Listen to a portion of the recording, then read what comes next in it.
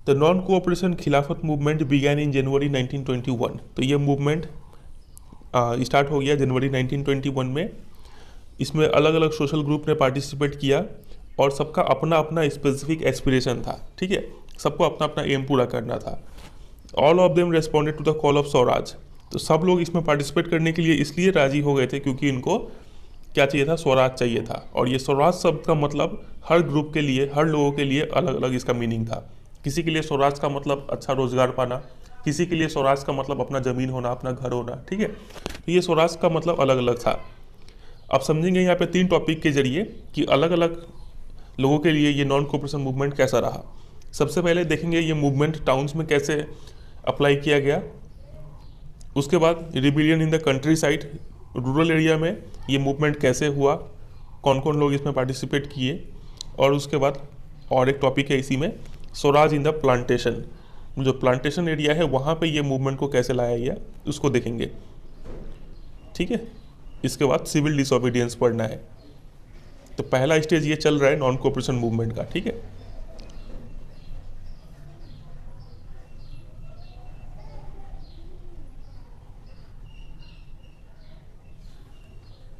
अब स्टार्ट करेंगे हम the movement in the towns.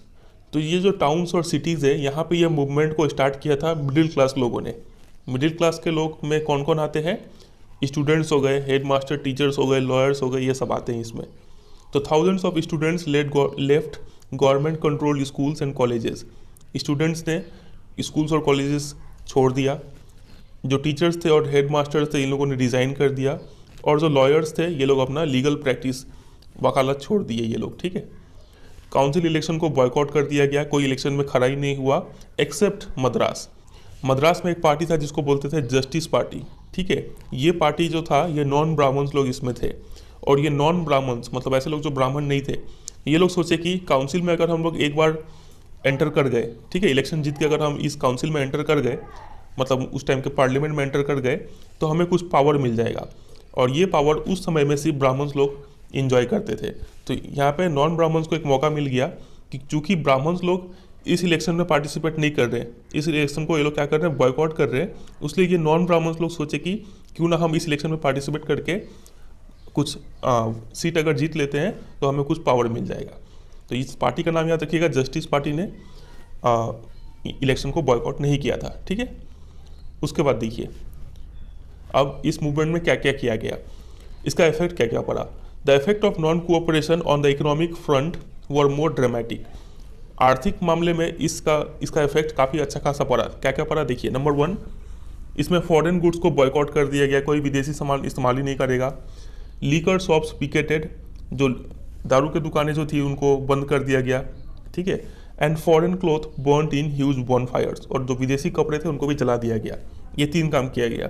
तो इससे क्या हुआ, the import of foreign cloth halved between 1921 and 1922। एक साल के अंदर अंदर जो भी विदेशी कपड़े थे उनका जो इम्पोर्ट, जो इंग्लैंड से कपड़ा बन के आता था, वो सब कपड़ा का जो इम्पोर्ट था वो आधा हो गया, ठीक है। तो विदेशी सामान अब इंडिया में बिक नहीं रहा है। और क्या इम्पैक्ट पड़ा देखिए, the merchants and traders refuse to trade in foreign goods. जो व्यापारी लोग थे ये लोग विदेशी सामान बेच ही नहीं रहे थे और ना खरीद रहे थे। इसीलिए तो as the boycott movement spread, जैसे जैसे ये मूवमेंट फैलता गया, people began discarding imported clothes and wearing only Indian ones. तो लोग सिर्फ अब इंडियन कपड़े पहन रहे थे और जो विदेशी कपड़े थे उनको इग्नोर कर रहे थे। तो इस वजह से production of Indian textile mills and handlooms went down. जो इंडियंस के जो टेक्सटाइल मिल्स थे और जो हैंडलूम थे उनका प्रोडक्शन इंक्रीज हो गया। तो ये सब कुछ पॉजिटिव इफेक्ट्स बोल सकते हैं नॉन कोऑपरेशन मूवमेंट का, ठीक है। लेकिन ये मूवमेंट जो सिटीज़ में था ग्रेजुअली स्लो डाउन हो गया वैरायटी ऑफ रीजन के वजह से। क्या क्या रीजन थे जिस वजह से ये मूवमेंट, मतलब non cooperation movement gradually slow down हो गया, तो देखते हैं। Number 1, khadi cloth was often more expensive then mass produced mill cloth. Poor people could not afford two by it. अब ये चीज़ को समझिएगा, मास प्रोड्यूस्ड मिल क्लॉथ मतलब एक मिल है यहाँ पे और कई सारे कपड़े एक साथ बन के निकल रहे, कई सारे शर्ट या फिर पैंट एक साथ बन के निकल रहे हैं। तो यहाँ पे मास प्रोडक्शन हो रहा है, ठीक है, और मिल से हो रहा है। तो ये मास प्रोड्यूस्ड मिल क्लॉथ के मुकाबले जो खादी के कपड़े थे ये ज़्यादा एक्सपेंसिव थे, इसलिए ये जो गरीब लोग थे ये खादी के कपड़े नहीं खरीद पा रहे थे। अब चूंकि ये सब जो मास प्रोडक्शन हो रहा है यहाँ पे, इस वजह से ये थोड़ा सस्ता पड़ता था। बहुत सारे कपड़े एक बार में बन के निकल रहे हैं, तो ये थोड़ा सस्ता पड़ता था कंपेयर टू खादी क्लोथ। ठीक है, इसलिए जो पुअर पीपल ये खादी क्लोथ को अफोर्ड नहीं कर पा रहे थे, तो ये कब तक मिल क्लोथ को बॉयकॉट करते, लास्ट में मजबूरी में इन्हें, इन गरीब लोगों को ये मिल के कपड़े खरीदने ही पड़े। ठीक है, तो ये एक रीज़न था, इनका बॉयकॉट ज़्यादा दिन तक सस्टेन नहीं रह पाया। Similarly the boycott of British institutions posed a problem. For the movement to be successful, alternative Indian institutions had to be set up so that they could be used in place of the British ones. These were slow to come up. अब इस यही हाल था कुछ British institutions का। अब Indians ने तो इसको बॉयकॉट कर दिया था, जो भी स्कूल कॉलेजेस थे, कोर्ट्स थे, पुलिस स्टेशन थे, इनको बॉयकॉट कर दिया था। लेकिन बॉयकॉट करके लोग घर में बैठ गए थे। अब कुछ ऑल्टरनेटिव इंडियन इंस्टीट्यूशन तो आना चाहिए था ना इसके बदले में, तब तो लोग इसको यूज़ करते और इसको नहीं करते। लेकिन अब ये इंडियन इंस्टीट्यूशन तो काफ़ी स्लो रह गए, इनको बनने में टाइम लग गया। ठीक है, तो लोग मजबूरी में कब तक घर में बैठे रहे। ठीक है, तो इनको वापस ले दे के फिर ये इसी इंस्टीट्यूशन में ज्वाइन करना पड़ गया। तो इस वजह से भी ये मूवमेंट क्या हो गया, स्लो डाउन हो गया यहाँ पे भी। ठीक है, तो ये कुछ रीजन्स है। इसके ऊपर अब देखते हैं क्वेश्चन कैसा कैसा आएगा। सबसे पहला बात तो आप इसको याद रखिएगा कि ये जो टाउन में जो ये मूवमेंट था, नॉन कोऑपरेशन मूवमेंट, इसमें कौन कौन से लोग पार्टिसिपेट किए थे। ठीक है, ये जस्टिस पार्टी का नाम याद रखिएगा, ये क्यों स्पेशल है। इफेक्ट ऑफ नॉन कोऑपरेशन भी याद रखिएगा, क्या क्या इफेक्ट पड़ा इकोनॉमिक फ्रंट पे, और ये मूवमेंट स्लो डाउन क्यों हो गया। आपसे क्वेश्चन पूछ सकते हैं कि why did non cooperation movement gradually slow down in cities, explain. तो आपको ये सब रीजन बताना पड़ेगा। ठीक है, आते हैं नेक्स्ट टॉपिक पे, rebellion in the country side. Rebellion का मतलब होता है किसी चीज़ को अपोज करना, मतलब रिवोल्ट करना। ठीक है, और कंट्री साइड का मतलब होता है रूरल एरिया। तो रूरल एरिया में लोगों ने कैसे नॉन कोऑपरेशन मूवमेंट को एक्सेप्ट किया, उस चीज़ को हम यहाँ पे देखेंगे। ठीक है, तो देखिए, फ्रॉम द सिटीज़ ये नॉन कोऑपरेशन मूवमेंट अब कंट्री साइड में भी फैल चुका था। और कंट्री साइड मतलब रूरल एरिया में मेनली दो ग्रुप्स ने यहाँ पे पार्टिसिपेट किया इस मूवमेंट में। सबसे पहले हो गए पीजेंट्स लोग यानी किसान लोग, और दूसरे हो गए ट्राइबल्स लोग। तो इन दोनों ने क्या क्या रोल प्ले किया, इन दोनों का प्रॉब्लम्स क्या था, वो हम समझेंगे इस टॉपिक में। तो सबसे पहले पीजेंट का प्रॉब्लम से स्टार्ट करते हैं। तो देखिए, in Awadh peasants were led by Baba Ramchandra, a sannyasi who had earlier been to Fiji as an indentured labourer. Indentured का मतलब होता है force to work by some contract, ज़बरदस्ती काम करवाया जाए। ठीक है, बधुआ मजदूर जिसको बोलते हैं। तो बाबा रामचंद्र एक इंडेंचर्ड लेबर थे। ठीक है, फीजी में इनको भेजा गया था। तो अवध में पीजेंट का जो मूवमेंट था वो यही लीड कर रहे थे। पीजेंट का जो भी प्रॉब्लम था उसको सामने कौन रख रहे थे, बाबा रामचंद्र रख रहे थे। ठीक है, the movement here was against taluqdars and landlords who demanded from peasants exorbitantly high rent and a variety of other cess. अब देखिए, यहाँ पे लोग पीजेंट्स लोग का प्रॉब्लम क्या था, ये लोग मूवमेंट कर रहे थे तालुकदार के खिलाफ और वो लैंडलॉर्ड के खिलाफ जो काफ़ी ज़्यादा रेंट डिमांड कर रहे थे और भी टाइप का अदर सेस। ठीक है, जो भी टैक्स होता है, फीस होता है, वो भी वसूल रहे थे। समझ रहे हैं, मतलब सिचुएशन कुछ ऐसा होता है यहाँ पे कि अगर मान लीजिए कोई लैंडलॉर्ड है तो इनका अपना ज़मीन होगा बहुत बड़ा, और इस पे काम कौन करेंगे, क्या तो टीनेंट्स लोग काम करेंगे, नहीं तो ये पीजेंट्स लोग काम करेंगे। ठीक है, ज़मीन रेंट पे लेके। तो ये रेंट काफ़ी हाई होता था और बदले में और भी कई सारे टैक्स पे करने होते थे इन पीजेंट्स को। तो ये हो गया पहला प्रॉब्लम इन पीजेंट्स का। उसके बाद देखिए, peasants had to do begar and work at landlords farms without any payment.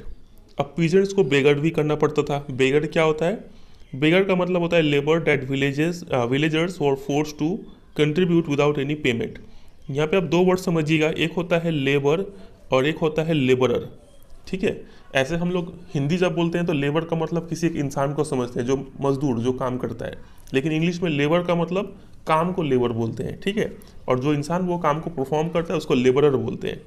थोड़ा यहाँ पे ध्यान दीजिएगा। ठीक है, चलिए खैर इस पे आते हैं। बेगर का मतलब क्या होता है, बेगर का मतलब वो काम जो विलेजर्स को करना पड़ता है बिना किसी पेमेंट के। तो इन पीजेंट्स को भी ऐसा बिना पेमेंट के काम करना पड़ता था लैंडलॉर्ड के फार्म्स में, वो यहाँ पे लिखा गया। ये हो गया दूसरा प्रॉब्लम। और देखिए, as tenants they had no security of tenure being regularly evicted so that they could acquire no right over the leased land. और जब ये लोग टेनेंट बन के मतलब किसी लैंड को रेंट पे लेते थे तो इन लोग को किसी भी वक्त ज़मीन से निकाल दिया जाता था, कोई सिक्योरिटी नहीं था। एविक्टेड मतलब निकाल देना। ठीक है, तो मान लीजिए कोई किसान अगर खेती कर रहा है तो उसको अचानक से आकर बोल देंगे कि हटो, ये ज़मीन मेरा है, तुमको खेती करने का ज़रूरत नहीं है यहाँ पे, तो वो किसान को कैसा फील होगा। तो कभी भी इनको एविट कर दिया जाता था ताकि ये लोग वो लैंड पे कोई राइट एसर्ट ना कर पाए। तो ये 3 प्रॉब्लम जो थे वो पीजेंट्स फेस कर रहे थे अवध में। एग्जाम में आपसे क्वेश्चन पूछ लेंगे डायरेक्टली कि explain any 3 problems faced by the peasants of Awadh. तो आपको ये तीनों लिखना होगा। एक जो ब्लू सैंड लाइन है, ठीक है, हाई रेंट के खिलाफ, दूसरा है ब्लैक सैंड लाइन, पेगर करना पड़ता था, और तीसरा है फिर ब्लू सैंड लाइन जो कि है नो सिक्योरिटी ऑफ टेन्योर। ठीक है, टेन्योर मतलब कोई लैंड कितने साल तक उस टेनेंट के पास रहेगा, इस पीरियड को टेन्योर बोलते हैं। ठीक है, तो टेन्योर कितना था वो फिक्स नहीं था, किसी भी वक्त इन पीजेंट्स को निकाल दिया जाता था यहाँ से। The peasant movement demanded reduction of revenue. तो ये लोग क्या डिमांड कर रहे थे, रिडक्शन ऑफ रेवेन्यू, ये टैक्स जो है रेंट है वो कम हो थोड़ा। दूसरा एबोलिशन ऑफ बेगर, ये बेगर कराना बंद हो, बिना पेमेंट के कोई काम नहीं करेंगे। और तीसरा social boycott of oppressive landlords, जो लैंडलॉर्ड काफ़ी तंग करने वाले हैं उन लैंडलॉर्ड के ज़मीन पे कोई काम नहीं करेगा, उनको सब क्या कर देंगे, बॉयकॉट कर देंगे। तो ये 3 डिमांड था इन पीजेंट का। In many places nai dhobi bandh were organised by the panchayat to deprive landlords of the services of even barbers and washermen. अब नाई धोबी तो हिंदी वर्ड है, हमें पता है, नाई का मतलब बार्बर और धोबी का मतलब वॉशरमैन। ठीक है, तो कई सारे जो विलेजेस थे वहाँ पे क्या किया, जो पंचायत थी उन्होंने बोल दिया कि ये जो नाई और धोबी है, ये लोग कोई भी नाई और कोई भी धोबी इन लैंडलॉर्ड को अपना सर्विस प्रोवाइड नहीं करेंगे, ताकि इनको बाल कटाने में भी दिक्कत हो जाए, कपड़े धुलवाने तक में भी दिक्कत हो जाए।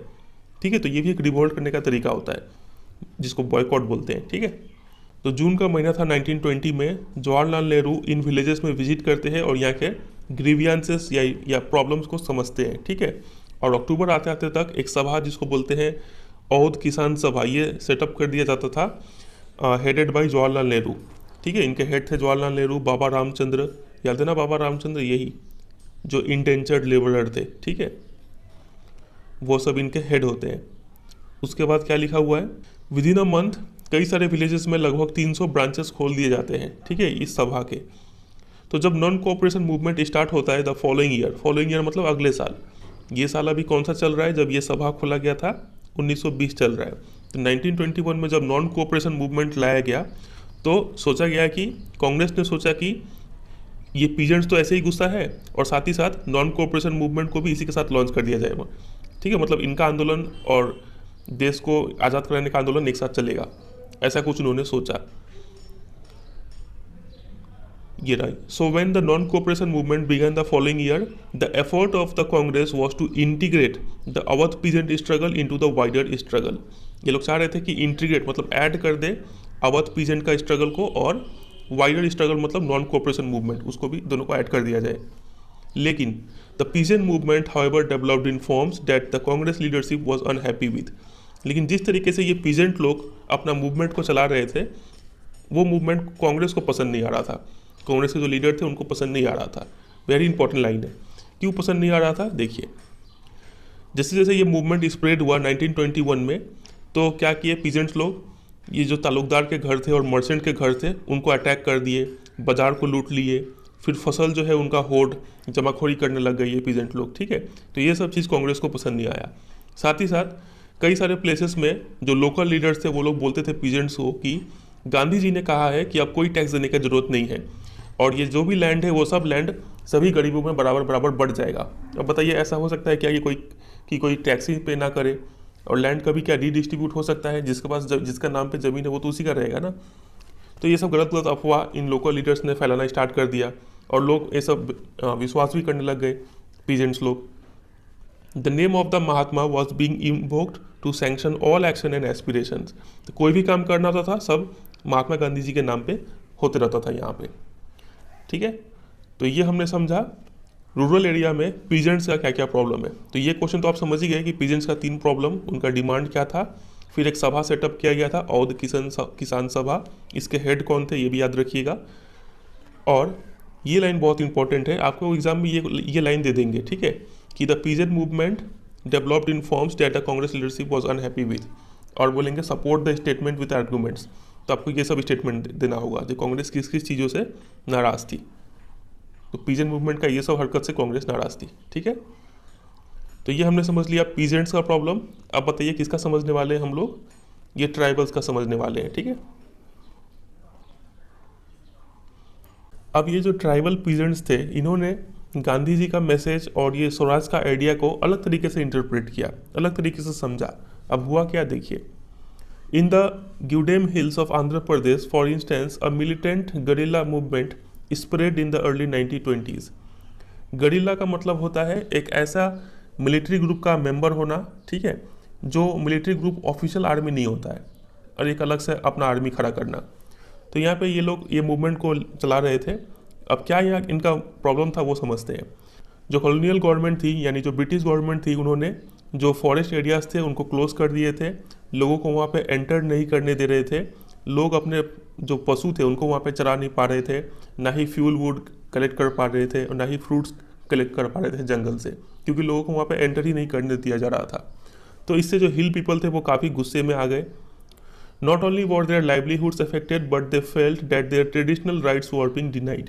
उनका जो लाइवलीहुड है, रोजी रोटी, वो तो प्रभावित हुआ ही, साथ साथ वो लोग ये भी महसूस करने लग गए कि इनका जो हक है, इतना साल से वो लोग यूज़ करते आ रहे हैं उस जंगल को, ठीक है, तो वो जो ट्रेडिशनल राइट है वो उनसे छीना जा रहा है, ठीक है, उन लोगों को ऐसा महसूस हुआ। When the government began forcing them to contribute bigger for road building, the hill people revolted. और इतना प्रॉब्लम तो था ही, लेकिन साथ साथ जब गवर्नमेंट ने, ब्रिटिश गवर्नमेंट ने जब उन्हें बेगर करने के लिए भी बोला, बेगर याद है ना अभी, मतलब ऐसा काम करना, ऐसा लेबर ऑफर करना जिसके बदले आपको कोई पेमेंट नहीं मिले, ठीक है, मतलब फ्री में जब उन्हें काम करने के लिए बोला गया रोड बिल्डिंग के लिए, तब ये जो हिल के पीपल थे इनको अब ये बर्दाश्त नहीं हुआ और इन्होंने रिवोल्ट कर दिया, ठीक है। और इनको लीड कौन कर रहे थे, इनको एक इंसान थे जिनका नाम था अलूरी सीताराम राजू, ये इनको लीड कर रहे थे, ठीक है। अब ये इंसान काफ़ी स्पेशल है, क्योंकि देखिए ये बोलते थे, ये क्लेम करते थे कि इनके पास कुछ स्पेशल पावर है। स्पेशल पावर मतलब ये एस्ट्रोलॉजिकल प्रेडिक्शन बता सकते हैं कि फ्यूचर में क्या होने वाला है, ये लोगों को हील कर सकते थे, ठीक है, कुछ उनका शरीर में प्रॉब्लम हुआ तो वो उनको रोग से मुक्त कर देंगे। इसके साथ ही could survive even bullet shots, ये तक ये क्लेम करते थे, ठीक है। तो captivated by Raju, the rebels proclaim that he was an incarnation of God. तो सब राजू की बातों में आ गए और ये प्रोक्लेम करने लग गए, ये बोलने लग गए कि राजू भगवान का ही कोई रूप है, भगवान ही राजू का रूप धारण करके आए हुए हैं धरती पे। Raju talked of the greatness of Mahatma Gandhi, said he was inspired by the non cooperation movement and persuaded people to wear khadi and give up drinking. लेकिन राजू ने कुछ अच्छा काम भी किया। देखिए, राजू महात्मा गांधी का ग्रेटनेस के बारे में बात करते थे और बोलते थे कि राजू को ये सब करने के लिए इंस्पायर कहाँ से हुए हैं वो, तो नॉन कोऑपरेशन मूवमेंट से ये वो काम कर रहे हैं, ठीक है। और इन्होंने लोगों को मना लिया खादी कपड़ा पहनने के लिए, प्लस ड्रिंकिंग गिव अप करने के लिए, ठीक है, लोगों ने ड्रिंकिंग छोड़ दिया। तो ये सब कुछ अच्छा काम भी उसने किया। But at the same time he asserted that India could be liberated only by the use of force, not non violence. लेकिन यहाँ पे राजू का सोच डिफर करता था महात्मा गांधी से। राजू बोलता था कि अगर इंडिया को लिबरेट यानी फ्री होना है, आज़ाद होना है, तो यूज़ ऑफ फोर्स करना पड़ेगा, नॉन वायलेंस से कुछ काम नहीं होने वाला है, ठीक है। फिर जो ये जो ग्यूडेम के रिबेल्स थे, ये लोग ये क्या करते हैं, पुलिस स्टेशन को अटैक करते हैं, attempt to kill British officials करते हैं और carried on guerrilla warfare for achieving swaraj. और ये लोग अपना मूवमेंट को और कैरी ऑन करते हैं ताकि इनको क्या मिल पाए, स्वराज मिल पाए। अब इनके लिए स्वराज का मतलब आप समझ रहे हैं ना, इनके लिए स्वराज का मतलब इनको जंगल में एंटर करने दिया जाए, जंगल में अपना कैटल को ग्रेस करने दिया जाए, फ्यूल वुड फ्रूट्स ये सब कलेक्ट करने दिया जाए। तो इनके लिए स्वराज का मतलब ये था। तो फाइनली क्या होता है कि Raju was captured and executed in 1924। Raju को पकड़ लिया जाता है और 1924 में उसे मौत का सजा दे दिया जाता है। तो इसी से राजू का कहानी खत्म हो जाता है, ठीक है। अब यहाँ पे हमने समझा कि अलग अलग लोगों का अलग अलग क्या थिंकिंग रहता है स्वराज के लेके। अब यहाँ पे क्वेश्चन देखिए कैसा आएगा। आपसे क्वेश्चन पूछेंगे कि describe the spread of non cooperation movement in the country side. ये पूरा रूरल एरिया में कैसे नॉन कोऑपरेशन मूवमेंट फैला वो बताना है। तो आपको ये लिखना होगा कि यहाँ पे पीजेंट्स और ट्राइबल्स ने अपना स्ट्रगल कैरी ऑन किया, पीजेंट्स का प्रॉब्लम क्या क्या था वो लिखना है, और फिर ट्राइबल्स का जो प्रॉब्लम है वो यहाँ पे आपको लिखना पड़ेगा, ठीक है।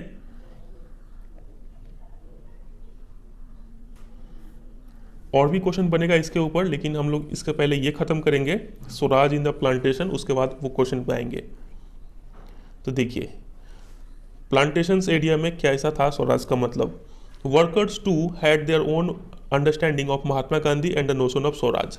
जो प्लांटेशन में बड़े बड़े ज़मीन पे जहाँ पे चाय का खेती होता हो, कॉफ़ी प्लांटेशन होता हो, ठीक है, वहाँ पे जो वर्कर्स थे इनका भी अंडरस्टैंडिंग जो था महात्मा गांधी को लेके और स्वराज को लेके वो अलग था। कुछ क्या था देखिए। For plantation workers in Assam freedom meant the right to move freely in and out of the confined space in which they were enclosed and it meant retaining a link with the village from which they had come. Under the Inland Immigration Act of 1859, plantation workers were not permitted to leave the tea gardens without permission, and in fact, they were rarely given such permission. अब इसको अच्छे से समझने के लिए आप यहाँ से स्टार्ट कीजिए। एक एक्ट था जिसको बोलते हैं इनलैंड इमिग्रेशन एक्ट ऑफ 1859। ये एक्ट में बोला गया कि ये जो प्लांटेशन वर्कर है ये लोग टी गार्डन को छोड़ के बिना परमिशन के कहीं नहीं जा सकते हैं। ये मान लीजिए बड़ा सा प्लांटेशन है, यहाँ पे चाय का खेती हो रहा है, ठीक है, तो यहाँ पे जो प्लांटेशन वर्कर है ये लोग बिना परमिशन लिए इस खेती को छोड़ के बाहर नहीं जा सकते हैं, ठीक है। और परमिशन लेने लोग जब जाते थे तो परमिशन भी इन्हें रेयरली, बहुत कम परमिशन दिया जाता था। तो इनके लिए, ये वर्कर्स के लिए स्वराज का मतलब क्या था, वो यहाँ पे लिखा है कि ये लोग freely in and out move कर पाए इस कन्फाइंड स्पेस से, इनको किसी जगह कैप्चर होकर नहीं रहना था, ठीक है। और ये लोग अपना विलेज के साथ भी कोई लिंक बना पाए। अब देखिए कोई अगर काम करने के लिए आ रहा है ये प्लांटेशन में और इनको घर ही नहीं जाने दिया जा रहा है, तब इनका तो विलेज का साथ कॉन्टैक्ट टूट जाएगा ना। तो ये लोग चाहते थे कि ये लोग फ्रीली जा पाए, आ पाए और अपना विलेज के साथ एक कॉन्टैक्ट रिटेन कर पाए, ठीक है। इनके लिए स्वराज का मतलब ये था। समझ में आया यहाँ तक? चलिए, तो जब इन्होंने नॉन कोऑपरेशन मूवमेंट के बारे में सुना तो थाउजेंड्स ऑफ वर्कर्स ने अथॉरिटीज़ को डिफाई कर दिया, उनका बात मानना बंद कर दिया।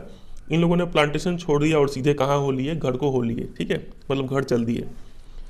ये मानते थे कि गांधी राज आने वाला है और तुरंत ही सबको अपना एक ज़मीन दिया जाएगा अपने ही गांव में, और वहीं पे वो लोग खेती करके अपना लाइवलीहुड कैरी ऑन कर सकते हैं, कहीं बाहर प्लांटेशन में काम करने का जरूरत नहीं पड़ेगा। लेकिन they however never reach their destination. ये लोग प्लांटेशन छोड़ के निकले तो सही विलेज जाने के लिए, लेकिन ये लोग अपना विलेज नहीं पहुँच पाए। क्यों? क्योंकि stranded on the way by a railway और steamer strike they were caught by the police and brutally beaten up. क्योंकि कहीं पे स्टीमर स्ट्राइक था, कहीं पे रेलवे स्ट्राइक था, और ये लोग पुलिस के द्वारा पकड़ लिए जाते थे और बुरी तरीके से पीटे जाते थे। आप देखते हैं इस टॉपिक से क्वेश्चन कैसा आएगा। देखिए यहाँ पे इस एक्ट के ऊपर क्वेश्चन पूछेंगे, आपसे पूछेंगे कि which act did not permit plantation workers to leave the tea garden without permission. तो आपको लिखना होगा इनलैंड इमिग्रेशन एक्ट ऑफ 1859, ठीक है। ये एक्ट का नाम बहुत इंपॉर्टेंट। उसके बाद यहाँ पे क्वेश्चन पूछेंगे कि ये लाइन दे देंगे, ये वाला, the plantation workers in Assam had their own understanding of Mahatma Gandhi and the notion of Swaraj, support the statement with arguments. या फिर इसी को अलग लैंग्वेज में बोल सकते हैं कि how did the plantation workers understand the idea of swaraj. तो आपको ये सब लिखना होगा, ग्रीन, ब्लू, रेड, ये सब अंडरलाइन जो किया हुआ है वो लिखना पड़ेगा, ठीक है। एक और क्वेश्चन इस टॉपिक से ऐसे पूछ सकते हैं कि how did different social groups conceive the idea of non cooperation, explain with examples. अलग अलग सोशल ग्रुप ने नॉन कोऑपरेशन का आइडिया कैसे समझा, ठीक है, एग्जाम्पल से समझाइए। तो अलग अलग सोशल ग्रुप्स कौन से हो गए? सबसे पहले तो हो गया ये प्लांटेशन वर्कर्स, दूसरा हो गया ये ट्राइबल्स लोग, तीसरे हो गए ये पीजेंट्स लोग, ठीक है, और चौथे हो गए ये जो टाउन्स के जो मिडिल क्लास पॉपुलेशन है वो लोग, ठीक है। तो इन लोगों ने स्वराज का मतलब क्या समझा, नॉन कोऑपरेशन मूवमेंट का मतलब क्या समझा, वो सब एक्सप्लेन करना है। तो सबके बारे में थोड़ा थोड़ा चीज़ आपको लिखना पड़ेगा, ठीक है, लॉन्ग क्वेश्चन में ये आ सकता है। The visions of this movement were not defined by the Congress programme, they interpreted the term swaraj in their own ways, imagining it to be a time when all suffering and all troubles would be over. तो ये जो अलग अलग group है, peasants हो गए, tribals हो गए, प्लांटेशन वर्कर्स हो गए, ठीक है, तो ये लोग जो मूवमेंट कर रहे थे, तो इस मूवमेंट का जो एम है ये कांग्रेस तय नहीं कर रही थी। ये सब लोग, ये सब ग्रुप जो है वो अपना अपना जो मीनिंग है स्वराज का वो खुद ही तय कर रहे थे, ठीक है। और ये सभी लोग कहीं ना कहीं ये मूवमेंट करते वक्त ये इमेजिन कर रहे थे कि ये एक ऐसा वक्त आएगा जब इनका सारा सफरिंग और सारा ट्रबल ख़त्म हो जाएगा। तो स्वराज का मतलब इनके लिए अपना एम पूरा करना तो था ही, लेकिन साथ साथ जब भी ये लोग गांधी जी का नाम लेते थे या फिर स्वतंत्र भारत का नाम लेते थे तो इमोशनली ये लोग अटैच रहते थे और ये लोग रिलेट करते थे कि कहीं ना कहीं पूरे इंडिया में ऐसा एजिटेशन हो रहा है, सभी लोग कुछ ना कुछ तरीके से कुछ सफ़र कर रहे हैं, और जब भी ये लोग स्वतंत्र भारत का नाम लेते थे तो ये लोग रियलाइज करते थे कि सबको अपना अपना प्रॉब्लम से राहत मिलेगा। ठीक है। Social hub.